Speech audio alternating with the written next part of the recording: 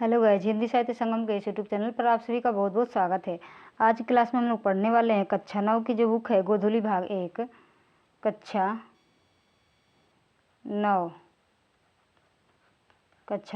गोधूली भाग 1। गोधूली भाग 1 इस किताब से हम लोग रिवीजन करने वाले हैं। आज की क्लास में हम 3 कवियों को रखे हैं। वो कवि कौन कौन से हैं आपके सामने है। शिवपूजन सहाय और एक है राजेंद्र प्रसाद और तीसरे हैं फणीश्वरनाथ रेणु। इन दोनों लोगों के बारे में हम लोगों को पढ़ना है आज की क्लास में, ठीक है। तो चलिए स्टार्ट करते हैं आज की क्लास। इससे पहले हम लोग कक्षा 12 के जितने भी कवि थे उसके बारे में पढ़ लिए हैं और कक्षा 10 के जितने भी कवि हैं उन लोगों के बारे में हम लोग पढ़ लिए हैं। तो चलिए स्टार्ट करते हैं आज की क्लास। शिवपूजन सहाय का जन्म 1893 ईस्वी उनवास बक्सर बिहार में हुआ था। शिवपूजन सहाय का जन्म बक्सर बिहार में हुआ था। उनके बचपन का नाम भोलानाथ था। 10वीं की परीक्षा पास करने के बाद उन्होंने बनारस की अदालत में नकलवीस की नौकरी की। बाद में वे हिंदी के अध्यापक बन गए। असहयोग आंदोलन के प्रभाव से उन्होंने सरकारी नौकरी से त्याग पत्र दे दिया। शिवपूजन सहाय अपने समय के लेखकों में बहुत लोकप्रिय और सम्मानित व्यक्ति थे। उन्होंने जागरण, हिमालय, माधुरी, बालक आदि कई प्रतिष्ठित पत्रिकाओं का संपादन किया। इसके साथ ही वे हिंदी की प्रतिष्ठित पत्रिका मतवाला के संपादक मंडल में थे। सन 1963 में उनका देहांत हो गया। जन्म हुआ 1893 में और मृत्यु हुआ 1963 में। बिहार राष्ट्रभाषा परिषद तो उन्हीं की कल्पना का साकार रूप है। इन गतिविधियों में अतिशय व्यस्त रहने के कारण उन्हें स्वलेखन का कम अवसर मिलता था। देहाती दुनिया, ध्यान दीजिएगा इस रचना पर, बहुत ही विशेष रचना है। देहाती दुनिया उनका एकमात्र उपन्यास है जो ग्रामीण परिवेश को ठेठ भाषा में उभारता है। इसे आगे चलकर लिखे गए आंचलिक उपन्यासों की पूर्व पीठिका कहा जा सकता है। कहानी का प्लाट और मुंडमाल जैसी मार्मिक कहानी लिखकर उन्होंने हिंदी कथा साहित्य की श्रीवृद्धि की है। विभूति, देहाती दुनिया, दो घड़ी, वे दिन वे लोग, बिंब प्रतिबिंब आदि पुस्तकों के अलावा उनके सैकड़ों लेख, निबंध आदि समय समय पर विभिन्न पत्र पत्रिकाओं एवं संग्रहों में प्रकाशित संकलित होते रहे हैं। उनकी रचनाओं का संकलन शिवपूजन रचनावली नाम से 4 खंडों में, याद रखिएगा 4 खंडों में, बिहार राष्ट्रभाषा परिषद पटना द्वारा प्रकाशित है। इस कहानी में कहानीकार ने समाज में नारी का स्थान निर्धारित करने के क्रम में तिलक दहेज की निर्मम प्रथा, वृद्ध विवाह आदि की विसंगतियों का मार्मिक दस्तावेज प्रस्तुत किया है। तिलक दहेज की क्रूरता की शिकार भगजोगनी, ये जो भगजोगनी है वो इस कहानी की पात्र है। एक वृद्ध के गले बांध दी जाती है। तरुणाई प्राप्त करते करते वह विधवा हो जाती है और अपने सौतेले बेटे की पत्नी बनने का दुर्भाग्य स्वीकार करती है।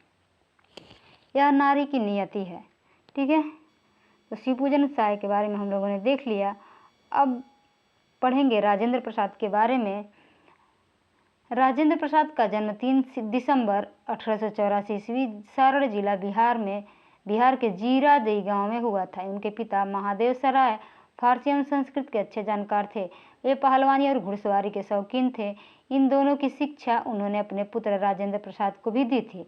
सबसे पहले उनका नामांकन छपरा के हाई स्कूल में हुआ और वहां वे 8वें दर्जे में रखे गए।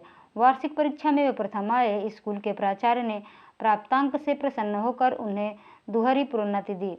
1902 ईस्वी में वे कलकत्ता विश्वविद्यालय की मैट्रिकुलेशन परीक्षा में प्रथम आए।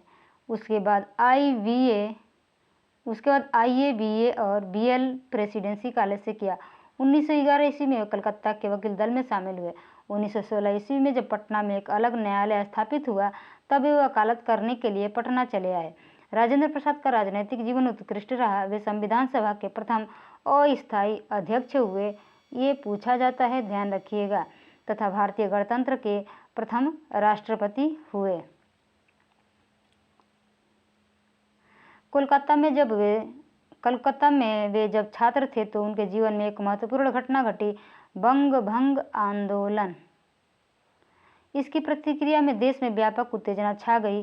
बिहार टाइम्स के संपादक महेश नारायण और सच्चिदानंद सिन्हा का सहारा पाकर राजेंद्र प्रसाद ने बिहार स्टूडेंट कॉन्फ्रेंस की स्थापना की। आगे लिखा है इनके बारे में कि राजेंद्र प्रसाद कोलकाता में हिंदी विद्वानों की संगति में आया और उनके सक्रिय सहयोग से अखिल भारतीय हिंदी साहित्य सम्मेलन की स्थापना हुई। उनके लेखन की प्रक्रिया आजीवन चलती रही। 28 फरवरी 1963 ईस्वी में उनका निधन हो गया। 1963 ईस्वी में, ठीक है, उनका निधन हो गया। 28 फरवरी 1963 ईस्वी में उनका निधन हो गया। प्रस्तुत पाठ भारत का पुरातन विद्यापीठ नालंदा हमारे इतिहास की एक गौरवपूर्ण गाथा को समेटे हुए है। यह पाठ तत्कालीन शिक्षा व्यवस्था की ऐसी झांकी पेश करता है जिसमें हमारी प्राचीन भारतीय शिक्षा एवं विद्या केंद्रों का महानतम स्वरूप दिखलाई पड़ता है। आगे बढ़ते हैं। आगे कौन कवि हैं? फणीश्वर नाथ रेणु। आज हम जो तीनों लोगों के बारे में पढ़े, तीनों बिहार के ही हैं। फणीश्वर नाथ रेणु का जन्म औराही हिंगना नामक गांव जिला अररिया बिहार में 4 मार्च 1921 को हुआ। उनकी प्रारंभिक शिक्षा गढ़बनैली, सिमराबनी, अररिया और फरबिसगंज में तथा माध्यमिक शिक्षा विराटनगर, नेपाल के विराटनगर आदर्श उच्च विद्यालय में हुई। रेणु ने 1942 ईस्वी के भारतीय स्वतंत्रता संग्राम में एक प्रमुख सेनानी की भूमिका निभाई। 1950 ईस्वी में नेपाली जनता को राणाशाही के दमन और अत्याचारों से मुक्ति दिलाने के लिए वहां की सशस्त्र क्रांति और राजनीति में उन्होंने सक्रिय योगदान दिया। वे दमन और शोषण के विरुद्ध आजीवन संघर्षरत रहे। सत्ता के दमन चक्र के विरोध में उन्होंने पद्मश्री की उपाधि का त्याग कर दिया था। 11 अप्रैल 1977 को उनका देहावसान हो गया। आगे बढ़ते हैं। कथा साहित्य में जिन कथाकारों ने युगांतर उपस्थित किया है, फणीश्वर नाथ रेणु उनमें से एक हैं।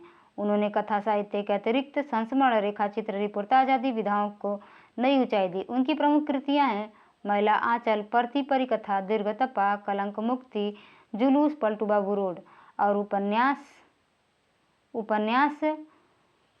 ये हैं। फिर उसके बाद से है ठुमरी, अगिनखोर, आदिम रात्रि की महक, एक श्रावणी दोपहर की धूप, अच्छे आदमी, ये कहानी संग्रह थे। ठीक है, कहानी संग्रह। अब आते हैं संस्मरण पर।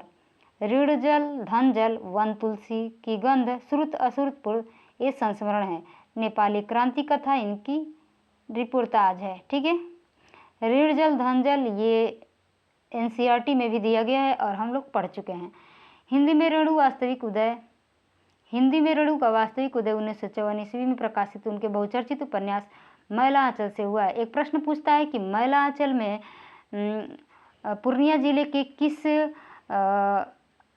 जगह का नाम है किस जगह का नाम आता है? तो मेरीगंज जगह का नाम आता है। ये कई बार पूछा गया प्रश्न है, ध्यान रखिएगा। और एक रचना यहाँ दिखाई दे रही है, उपन्यास परती परिकथा। परती परिकथा में पूछता है कि पूर्णिया के किस जिले का नाम है, पूर्णिया जिले के किस गांव का नाम है परती परिकथा में? तो आपका उत्तर हो जाएगा परानपुर। ठीक है, आगे बढ़ते हैं। 1954 ईस्वी में, बहुत पहले 1936 ईस्वी में ही उनकी पहली कहानी बट बाबा एक साप्ताहिक विश्वामित्र में छप चुकी थी। मैला आंचल ने हिंदी कथा साहित्य में आंचलिकता को एक पारिभाषिक अभिधा दी। उपन्यास और कहानी दोनों कथा रूपों की अपनी मनोरम कलाकृतियों से रेणु ने गांव की धरती का जो चित्र खींचा है वह अमिट छाप छोड़ जाता है। देश के स्वतंत्र हो जाने के बाद नेताओं और कार्यकर्ताओं का ध्यान ग्रामोत्थान की ओर गया।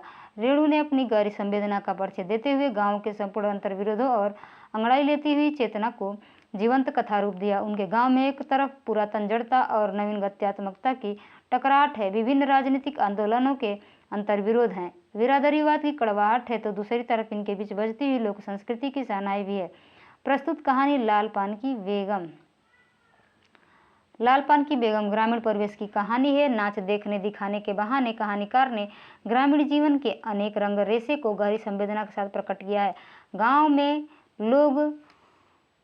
लोग बाग किस तरह एक दूसरे के साथ ईर्ष्या, द्वेष, राग विराग, आशा, निराशा, हर्ष, विषाद के गहरे आवर्त में बंधे होते हैं, उसकी जीवंत वानगी है लाल पान की बेगम।